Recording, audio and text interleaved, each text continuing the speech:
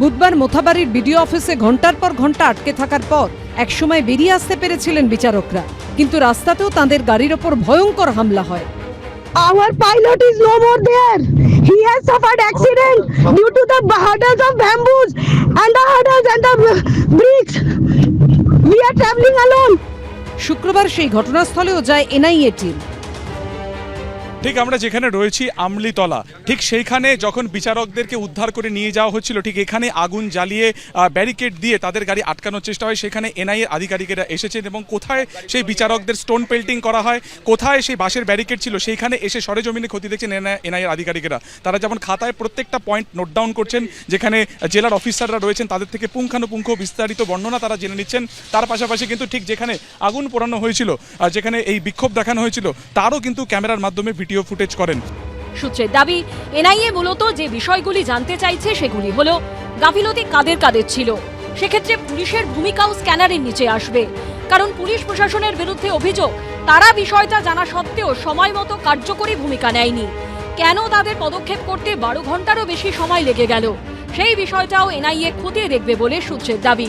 পাশাপাশি তদন্তকারীরা খোঁজ নেবেন বিক্ষোভকারী ও হামলাকারীদের পেছনে কারা ছিল, কারা পরিকল্পিতভাবে গোটা ঘটনাটা ঘটিয়েছে, পেছনে কি কোনো রাজনৈতিক দল বা নেতার ভূমিকা আছে, তাও এনআইএ তদন্তের আওতায় আসবে বলে সূত্রের খবর। বিডিও অফিস থেকে এনআইএর অন্য একটি টিম যায় মোথাবাড়ি থানায়।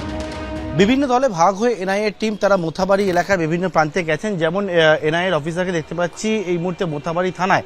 মোথাবাড়ি থানার ভেতরে যে ডিউটি অফিসার যে রুম রয়েছে, চেম্বার রয়েছে, সেখানে গেছেন এবং থানার যে রেজিস্টার রয়েছে সেই রেজিস্টার একেবারে পুঙ্খানুপুঙ্খভাবে পরীক্ষা নিরীক্ষা করছেন।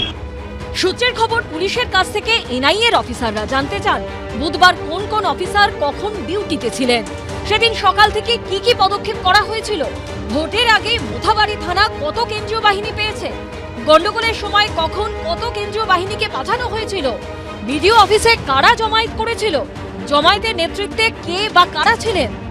আমরা কি বলছি, একজনও বৈধ ভোটারকে বাদ দেয়া যাবে না। এটা তো মমতা বন্দ্যোপাধ্যায়, অভিষেক বন্দ্যোপাধ্যায়ের ঘোষিত নীতি, তৃণমূলের ঘোষিত নীতি। কিন্তু অশান্তি করে এই কাজটা করা যাবে না, কারণ তাতে বিজেপির ফায়দা। কোথাও অশান্তি হলে সেই সুযোগে কেন্দ্রীয় শক্তি, কেন্দ্রীয় সরকারের রাষ্ট্রযন্ত্রকে মিসইউজ করে দেবে, ঢুকিয়ে দেবে পশ্চিমবঙ্গে। 6 তারিখের মধ্যে সমস্ত কিছু জমা দিতে হবে। যারা ধরছেন, যারা বাঁচাতে চাইছেন, কেউ বাঁচবেন না, সবাইকেই এর জবাবদিহি করতে হবে। মনে রাখবেন, এটা মনমোহনীয় ভারত নয়, এটা মোদিজির ভারত। বৃহস্পতিবার সুপ্রিম কোর্টের প্রধান বিচারপতির বেঞ্চ জানায়, জাতীয় নির্বাচন কমিশন ঠিক করবে যে তারা এই ঘটনা তদন্তভার কাকে দেবে, সিবিআই না এনআইএ। তদন্তকারী সংস্থা সরাসরি সুপ্রিম কোর্টকে রিপোর্ট দেবে। এরপরে নির্বাচন কমিশন জানায় মোথাবাড়িতে যাবে এনআইএ। সেই মতো শুক্রবার তারা মোথাবাড়ি পৌঁছয়, কিন্তু তারা সেই শক্তি তদন্ত করবে কিনা তা স্পষ্ট হবে 6 তারিখ অর্থাৎ সোমবার। ওই দিন সুপ্রিম কোর্টে শুনানি আছে। ওই দিনই এনআইএ সুপ্রিম কোর্টে রিপোর্ট জমা দেবে।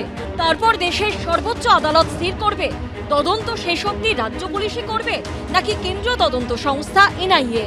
এনআইএকে সুপ্রিম কোর্ট চূড়ান্ত তদন্তভার দিলে তারা এফআইআর দায়ের করে তদন্ত শুরু করবে। তখন রাজ্য পুলিশকে ধৃতদের এনআইএর হাতে তুলে দিতে হবে। যেহেতু মোথাবাড়ি কাণ্ডে পুলিশের ভূমিকা নিয়ে নানা প্রশ্ন আছে, তাই এনআইএর হাতেই চূড়ান্ত তদন্তের ভার যাবার সম্ভাবনা বেশি বলে মনে করছেন বিশেষজ্ঞরা। সুকান্ত মুখোপাধ্যায় ও পার্থপ্রতিম ঘোষের রিপোর্ট, এবিপি আনন্দ। এবিপি আনন্দ, এগিয়ে থাকে, এগিয়ে রাখে।